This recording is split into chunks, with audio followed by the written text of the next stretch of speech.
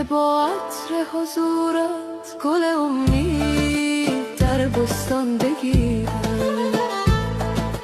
بیا ای دلبر افسانه پرداز که دل را قصه‌ات پایان بگیره. بیا بگذر ز اندوه جدایی که دل با تو رمق چندان بگیره. بیا دل طاقت هجران نداره، ز رخسارم غم هجران بگیره.